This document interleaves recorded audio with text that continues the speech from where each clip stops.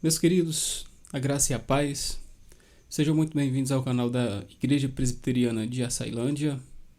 Nós vamos dar continuidade ao nosso estudo no Evangelho de João e nós vamos ler hoje, ainda no capítulo 1, os versículos de 15 a 18. Diz o seguinte, a porção da palavra do Senhor. João testemunha a respeito dele e clama: Este é o de quem eu disse: o que vem depois de mim tem, contudo, a primazia, porquanto já existia antes de mim. Porque todos nós temos recebido da sua plenitude e graça sobre graça. Porque a lei foi dada por intermédio de Moisés. A graça e a verdade vieram por meio de Jesus Cristo. Ninguém jamais viu a Deus. O Deus unigênito, que está no seio do Pai, é quem o revelou. Irmãos, ainda dando continuidade aos nossos estudos, nós estamos fazendo estudos breves e o nosso desejo é que esses estudos possam estar fortalecendo os irmãos, que esses estudos possam ser breves e ao mesmo tempo sejam muito objetivos e edificantes em nossas vidas. Nós podemos, irmãos, nesses versículos que lemos, nesses 4 versículos que nós lemos, entender um pouco sobre a plenitude de Cristo, a sua superioridade a Moisés e Cristo, aquele que revelou o Pai. Essas passagens, queridos, contêm 3 grandes declarações sobre o Senhor Jesus Cristo. Todas estão entre os principais fundamentos do cristianismo. O primeiro que aprendemos é que somente Cristo é quem supre todas as necessidades espirituais do crente. Está escrito, irmãos, que todos nós temos recebido da sua plenitude e graça sobre graça. Em Jesus Cristo há uma plenitude imensurável, como disse Paulo. Lá em Colossenses, no capítulo 1, versículo 19, ele diz que aprove a Deus que nele residisse toda a plenitude. O mesmo Paulo, ainda em Colossenses, no capítulo 2, versículo 3, diz que em todos os tesouros da sabedoria e do conhecimento estão ocultos. Nele está guardado, meus irmãos, como na casa do tesouro, um suprimento ilimitável de tudo que o pecador necessita, no tempo presente e na eternidade. Sua dádiva especial à igreja é o espírito de vida, o qual, assim como uma grande raiz, transporta a seiva e o vigor espiritual de Cristo a todos os ramos que nele creem. Jesus Cristo é rico em misericórdia, graça, sabedoria, justiça, santificação e redenção. Todos nós, os crentes, em todos os séculos, temos sido supridos pela plenitude de Cristo. No tempo do Antigo Testamento, os crentes não entendiam com clareza a fonte da qual tiravam seu suprimento. Os santos do Antigo Testamento viram Cristo de um modo distante e não face a face. Mas, desde o tempo de Abel, todos os benefícios desfrutados pelos salvos foram recebidos exclusivamente por intermédio de Jesus Cristo. Todos os santos, na glória, finalmente reconhecerão que devem a Cristo tudo o que são. Jesus provará que Ele é tudo em todos. Segundo, meus queridos, aprendemos sobre a superioridade de Cristo em relação a Moisés e do Evangelho em relação à lei. Está escrito, a lei foi dada por intermédio de Moisés, a graça e a verdade vieram por intermédio de Jesus Cristo. Moisés foi usado por Deus como servo para entregar a Israel a lei cerimonial e a lei moral. Como servo, foi fiel àquele que o chamou, mas era apenas um servo. A lei moral, que trouxe do Monte Sinai, era santa, justa e boa, porém não era capaz de justificar. Não tinha o poder de curar. Podia ferir, mas não podia curar. Ela suscitava a ira, decretava a maldição contra qualquer desobediência.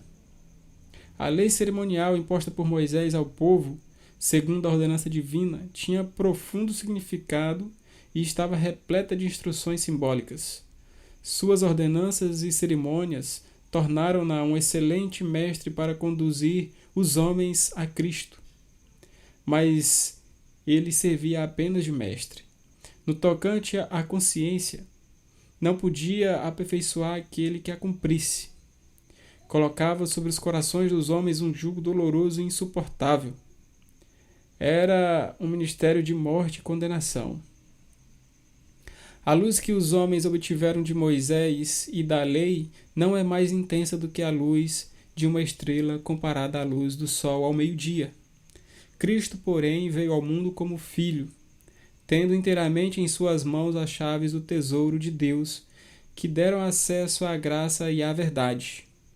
A graça veio por intermédio dele, ao tornar plenamente conhecido o plano gracioso de Deus para a salvação, por meio da fé em seu sangue, e ao abrir a fonte da misericórdia a todos os povos.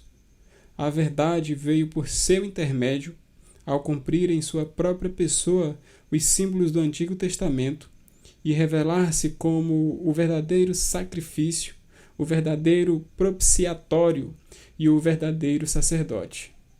Não há dúvida, queridos, de que havia alguma verdade e graça na lei de Moisés. Mas a graça de Deus, em sua plenitude e toda a verdade sobre a redenção, não foram conhecidas até Jesus vir ao mundo e morrer por nós, os pecadores.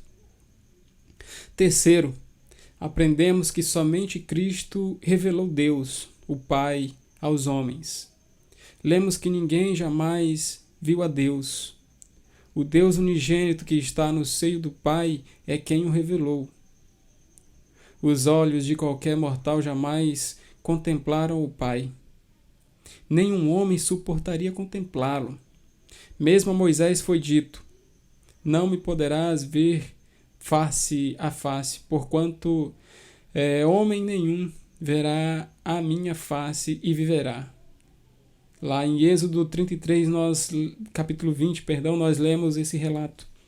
No entanto, tudo que o homem mortal pode conhecer sobre Deus Pai é completamente revelado por Deus Filho.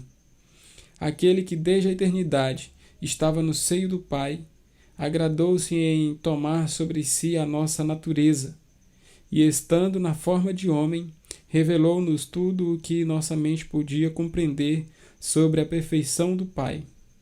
Por meio das palavras, dos atos, da vida e da morte de Cristo, aprendemos a respeito do Pai o máximo que nossas mentes falhas podem, no momento, suportar. A sabedoria perfeita de Deus, seu grande poder, seu amor indivisível pelos pecadores, sua santidade incomparável e seu ódio pelo pecado não poderiam ser demonstrado aos nossos olhos com mais clareza do que por meio da vida e da morte de Cristo. Na verdade, Deus foi manifestado na carne quando o Verbo assumiu um corpo. Você pode ler essa afirmação em 1 Timóteo capítulo 3, 16. Hebreus capítulo 1, versículo 3 também vai dizer que ele é o resplendor da glória do Pai e a expressão exata do seu ser. Jesus mesmo diz em João capítulo 10, versículo 30, que ele e o Pai são apenas um só. Ainda em João capítulo 14, versículo 9, Jesus diz que quem vê a ele, vê também o Pai. Paulo também vai afirmar em Colossenses capítulo 2, versículo 9, que porquanto nele habita corporalmente toda a plenitude da divindade, irmãos. Essas coisas são profundas e misteriosas, mas verdadeiras. Agora, após a leitura desses versículos, será possível honrarmos demais a Cristo? Ou pesarmos sobre ele coisas por demais elevadas? Devemos banir de nossas mentes esses pensamentos indignos para sempre, irmãos. Aprendamos a exaltá-lo mais em nossos corações e a entregar com maior confiança em suas mãos tudo que aflige nossa alma. Os homens facilmente cometerão erros ao falarem sobre as três pessoas da Trindade, se não se apegarem cuidadosamente ao ensino das Escrituras. Porém, homem algum jamais errará por honrar em demasia o Deus Filho. Cristo é o ponto de convergência entre a Trindade e a alma do pecador. João capítulo 5, versículo 23 diz que quem não honra o Filho, não honra o Pai que o enviou. Amém, irmãos. Que Deus aplique em nós a sua palavra. Oremos. Senhor Deus e Pai, graças te damos pela oportunidade que nós tivemos de meditar mais uma vez na tua santa e agradável palavra. Agradecemos pelo teu Filho Jesus, pelos ensinamentos que nós aprendemos através da vida dele. Que nós possamos, Senhor, meu Deus, seguir os passos de Jesus, sermos igual ele foi aqui na terra. Em nome de Jesus, aqui gratos nós oramos. Amém. Irmãos, nós concluímos aqui mais um estudo da palavra do Senhor. Na próxima quarta-feira nós estudaremos ainda no capítulo 1 os versículos de 19 ao 28. Se você está aqui, compartilhe o link desse estudo com os seus amigos. Se inscreva no canal da igreja. Que Deus nos abençoe. Amém.